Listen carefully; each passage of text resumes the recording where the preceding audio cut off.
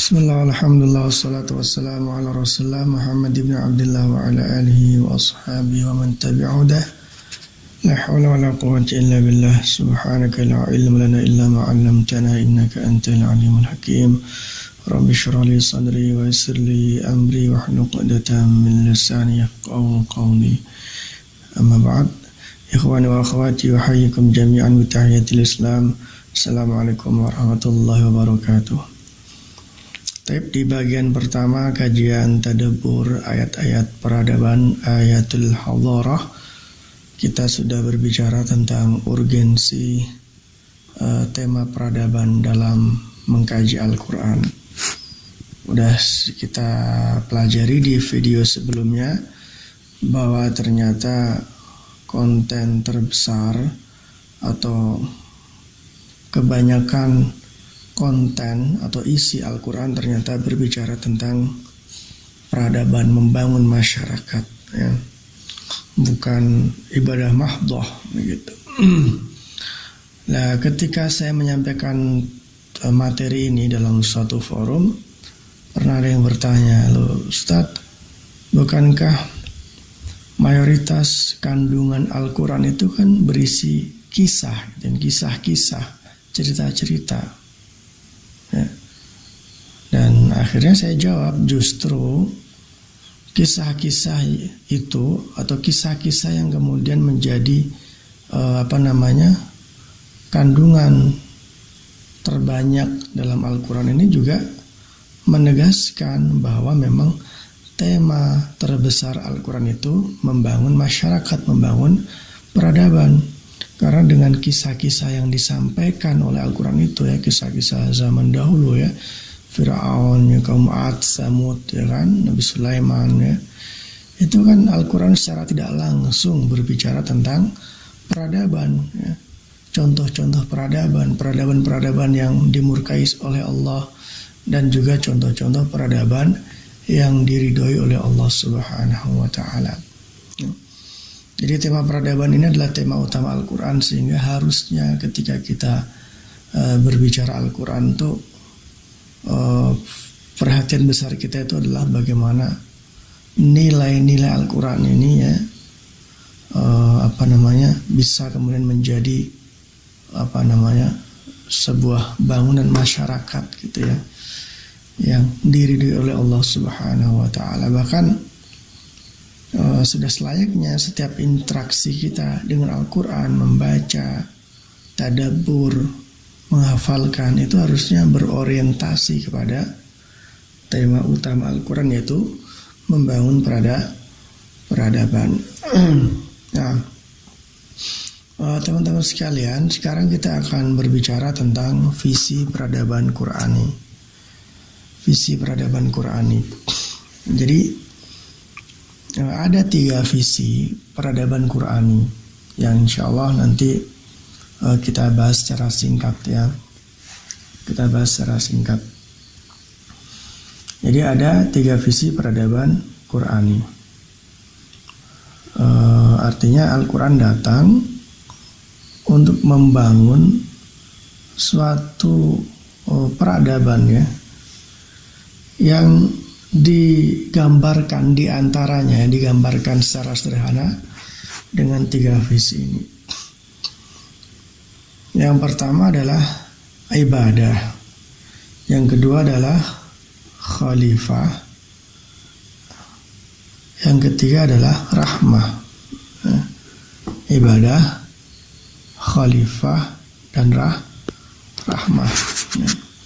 Jadi visi pertama dalam peradaban Qurani, visi peradaban Qurani yang pertama adalah ibadah. Wa ma khalaqatul jinna wal insa illa liya'budun. Surat Az-Zariyat juz 27, tapi saya mohon maaf itu lupa ayat keberapa itu. Wa ma khalaqatul jinna wal insa illa liya'budun.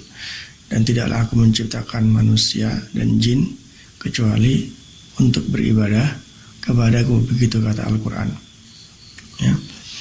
Jadi ibadah adalah visi utama dalam peradaban Qurani.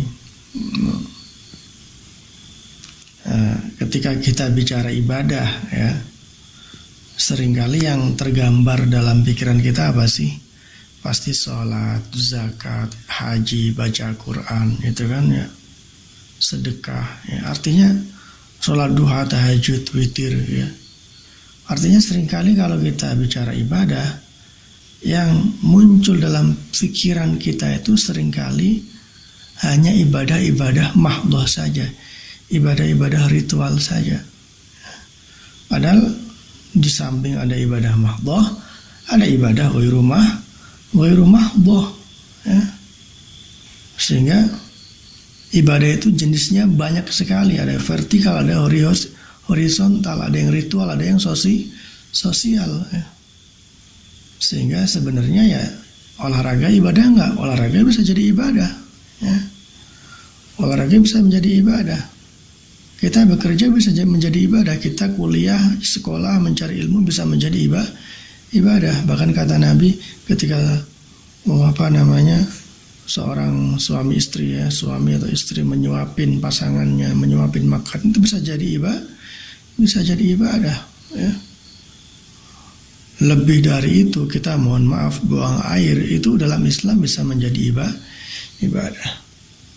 Jadi ibadah itu dimensinya luas sekali, ya. Dan sudah selayaknya seharusnya sebagai seorang muslim, ya, itu kita meniatkan segala aktivitas kita untuk ibadah, ya. Makan untuk ibadah, tidur itu untuk ibadah. Itulah satu visi besar yang harusnya kita wujudkan dalam diri kita pribadi setidaknya, gitu ya. Bagaimana setiap aktivitas kita itu orientasinya adalah ibadah untuk mengabdi kepada Allah Subhanahu wa Ta'ala, ya. Jadi dalam hal ini tentu saja niat itu sangat berpengaruh sekali, ya. Jadi kita punya peluang atau kesempatan untuk melakukan berbagai macam ibadah dalam kehidupan kita sehari-hari, sehingga jangan sampai ibadah ini kita persempit hanya dalam masalah ritual saja, ya. Jadi ibadah yang adalah salah satu atau yang pertama dalam visi peradaban Al-Quran. Yang kedua adalah khalifah atau khilafah, ya. Dalam Al-Baqarah Al-Quran mengatakan wa idh qulna lil malaikati isjudu li adama fasajadu illa iblis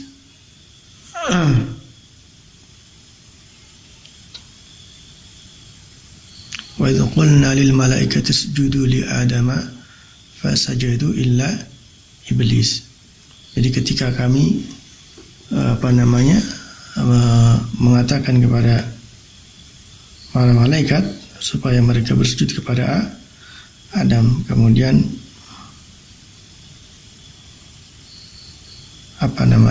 malaikat, maaf, ini ayatnya salah, ya, ini agak ngelamun ini, ya.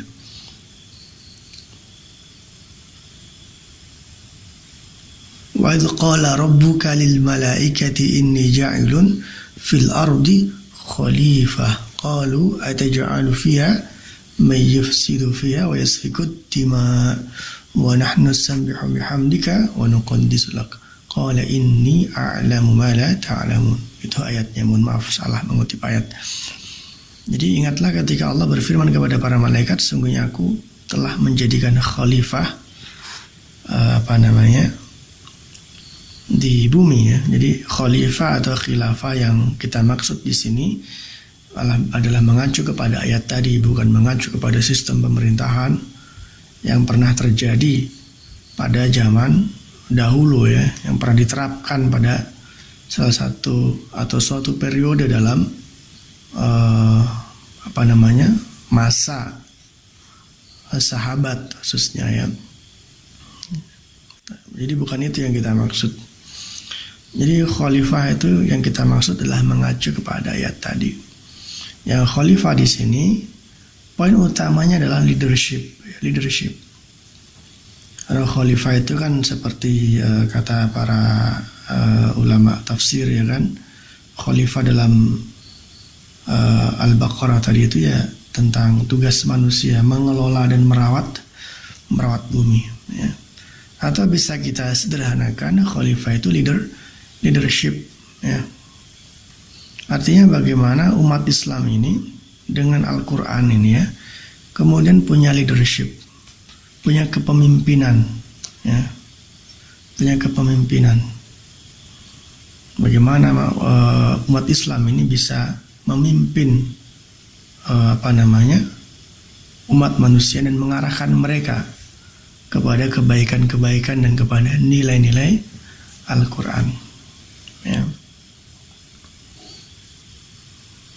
Dan sebagai Muslim kita harus tegas mengatakan bahwa memang tidak ada sebenarnya yang bisa memimpin umat manusia dengan baik kecuali umat Islam, ya. Tidak ada yang bisa merealisasikan kebaikan-kebaikan yang universal, ya, kecuali umat Islam, ya. Jadi umat Islam memang punya takdir khalifah, kepemimpinan, ya, di antaranya untuk merealisasikan nilai-nilai Al-Quran.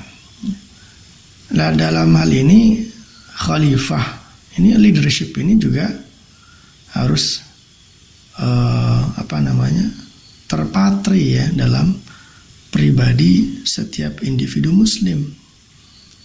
Jadi setiap individu Muslim harus punya spirit leadership, ya, punya kapasitas kepemimpinan, ya. Ya, setidaknya memimpin diri sendiri, memimpin keluarga.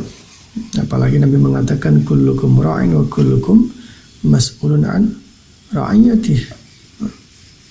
Jadi itulah yang kedua, ya, khalifah, yaitu leadership. Jangan sampai umat Islam, individu Muslim tidak punya leadership, ya, tidak punya kapasitas kepemimpinan, begitu.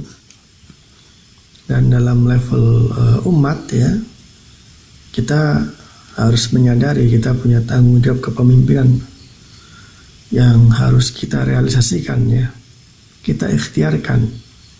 Karena dengan kepemimpinan itulah kita bisa merealisasikan, mewujudkan, ya, menyebarkan nilai-nilai Al-Quran untuk seluruh umat manusia. Gitu. Nah, yang ketiga adalah rahmah. Karena apa tadi?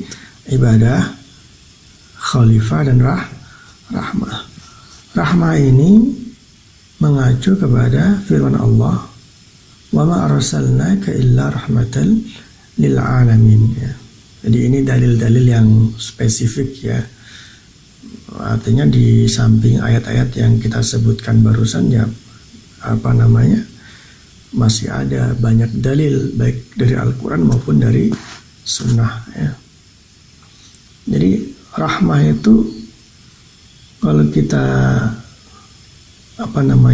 sederhanakan, ya, itu maksudnya adalah kontributif oriented, ya.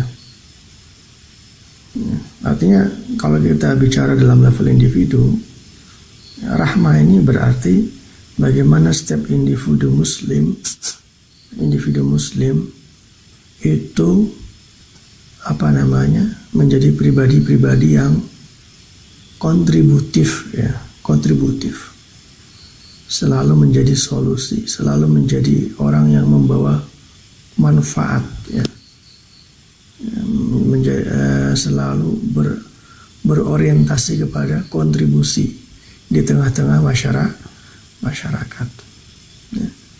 Tapi kalau dalam level global, maksudnya adalah Al-Quran ini datang untuk membawa kebaikan-kebaikan untuk lil alamin, ya, untuk seluruh makhluk.